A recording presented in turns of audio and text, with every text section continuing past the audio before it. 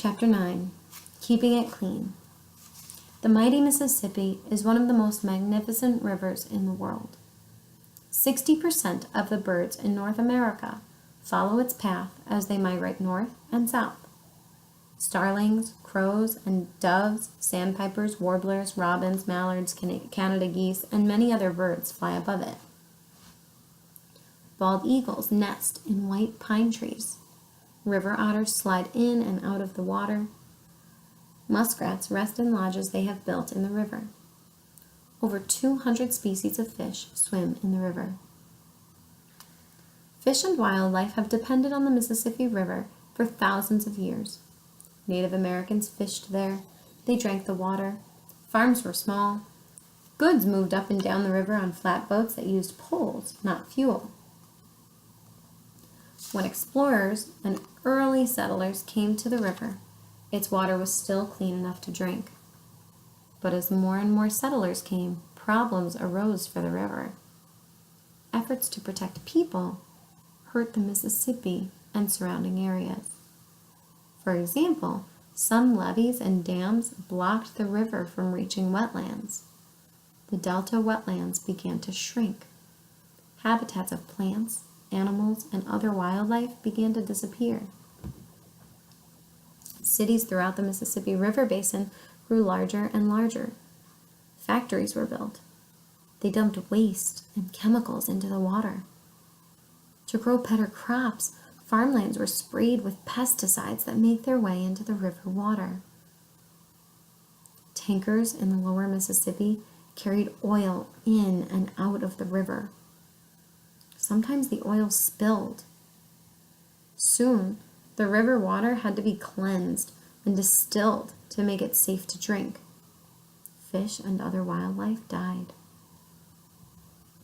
Every summer, a dead zone of about 6,000 square miles forms from the mouth of the river into the Gulf of Mexico. Chemicals used to grow crops are washed into the Mississippi River and then flow down into the Gulf. The fresh river water spreads across the salt water and creates a condition that prevents oxygen in the water from reaching the lower level layers of the Gulf. Every living thing needs oxygen to breathe. Dead seaweed clogs the bottom of the Gulf. Hardy fish can swim to the upper layers, but bottom dwellers like shrimp and worms cannot survive. More and more people began to worry about what was happening to their river. They decided to do something. Locally, many formed groups that fight off pollution. They worked together to remove trash from the riverbanks. They urged Congress members in their states to pass laws to protect the Mississippi. At the national level, a special agency was established in 1970. It is the Environmental Protection Agency.